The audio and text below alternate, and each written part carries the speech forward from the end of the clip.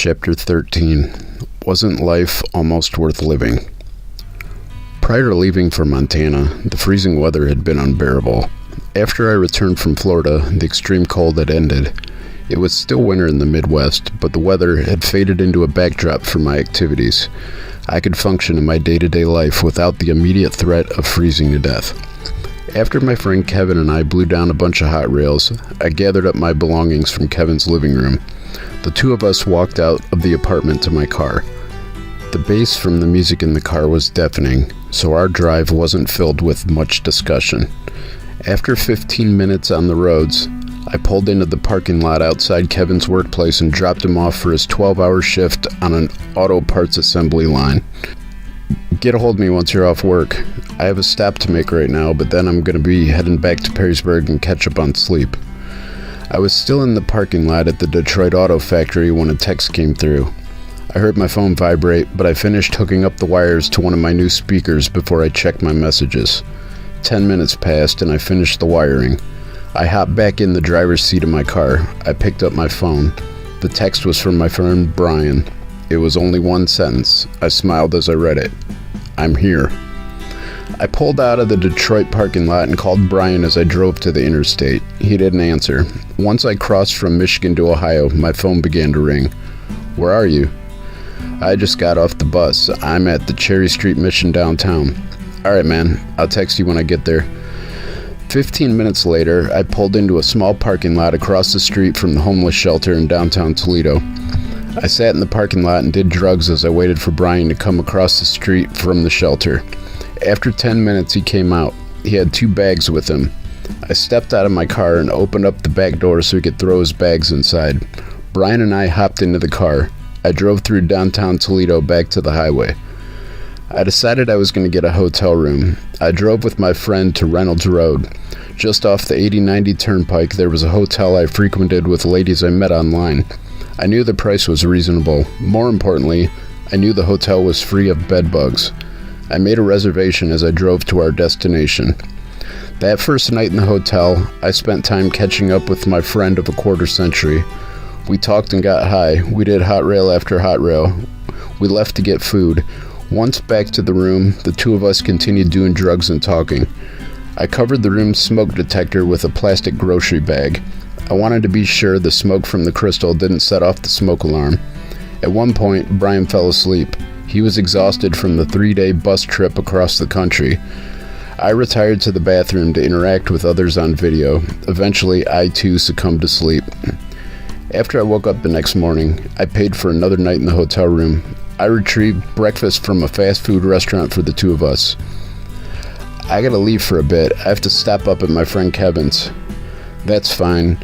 I got back in touch with some old high school crew. Aaron's coming to pick me up. Hand me that torch. Let's blow down a couple more hot rails quick. I'll hit you up on my way back from Detroit later on. I shouldn't have too many stops to make. I had been texting with a girl from one of the dating apps. On the way back down from Kevin's house, I texted Brian to let him know I was going to stop to pick the girl up.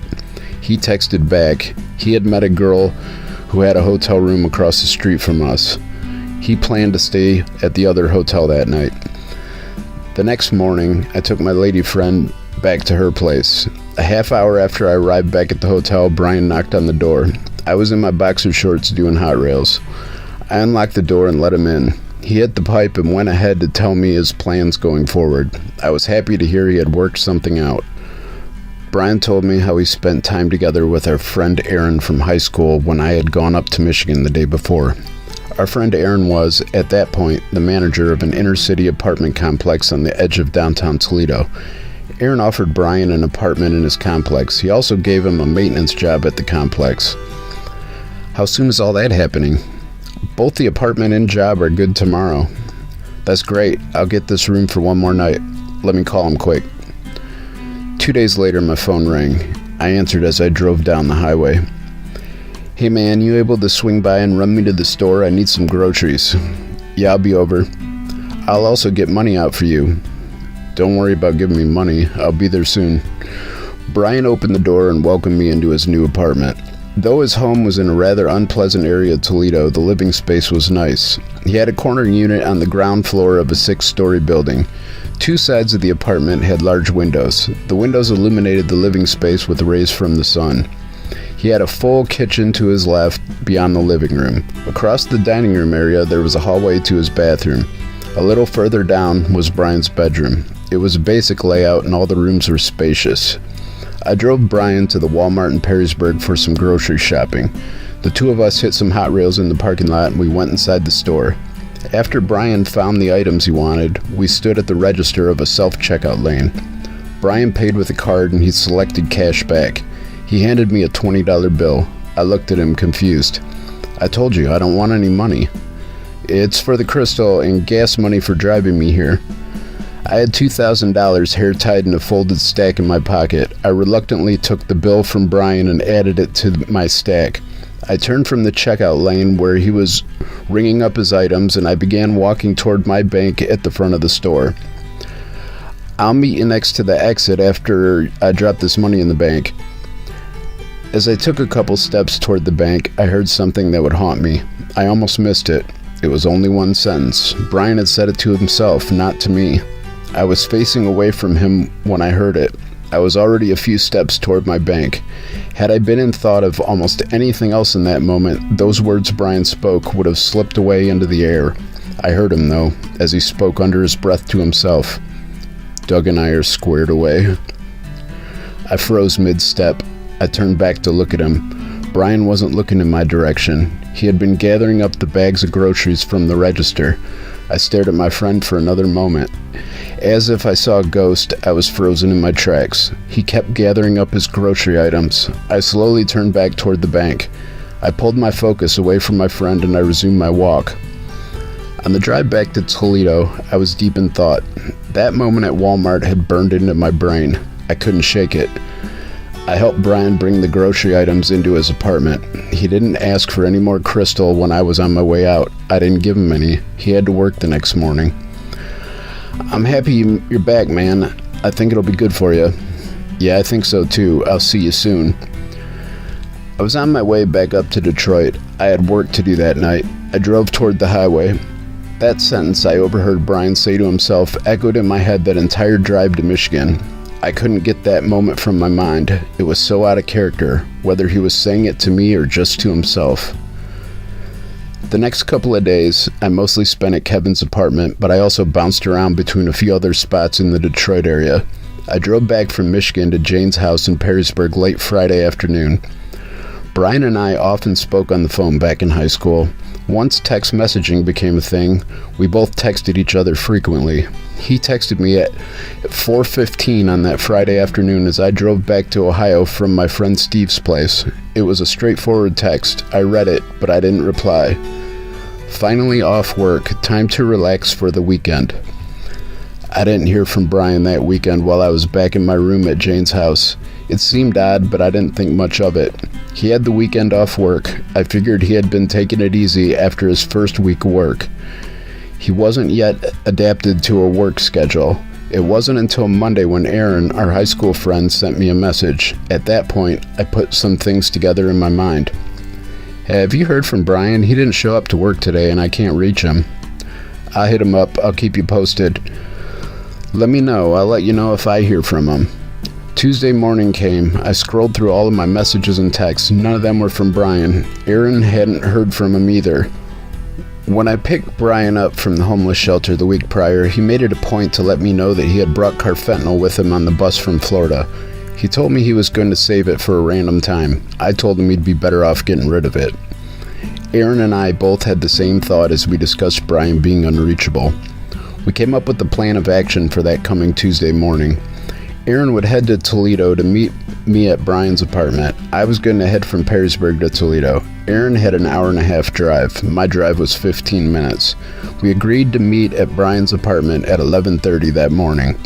I opened my bedroom door that Tuesday morning and walked through Jane's house to leave.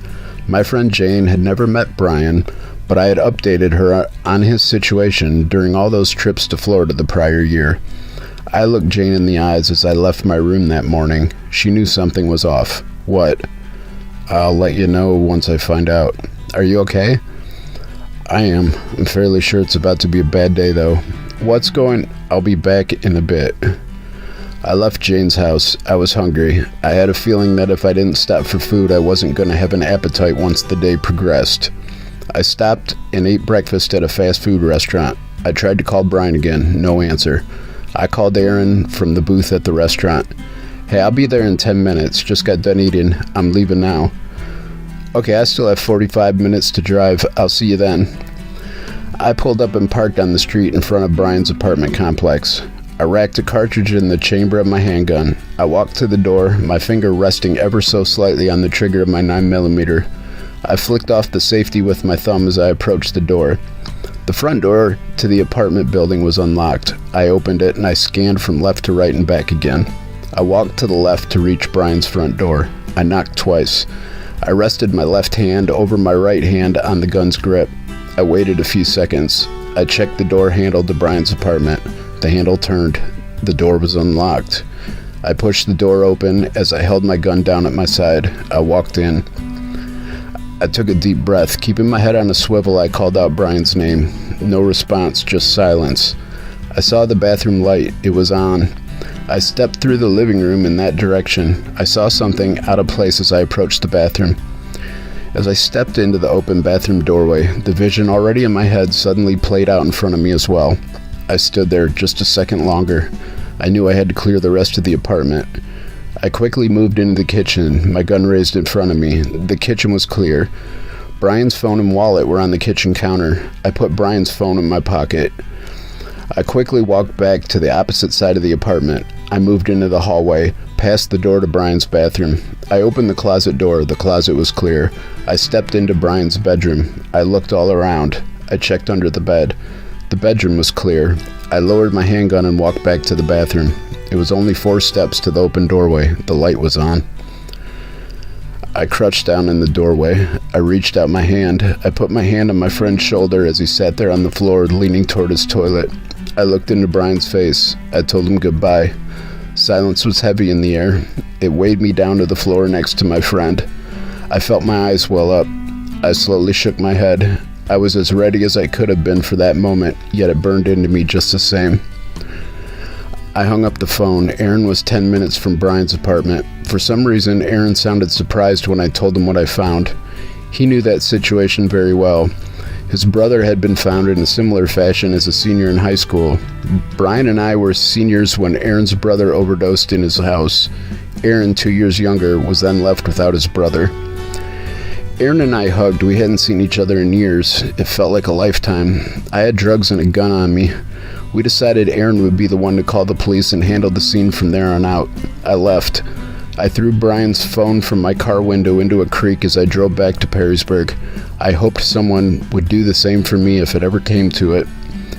Back at Jane's house, I informed her of what I had just seen. I called my sister and then my ex-wife.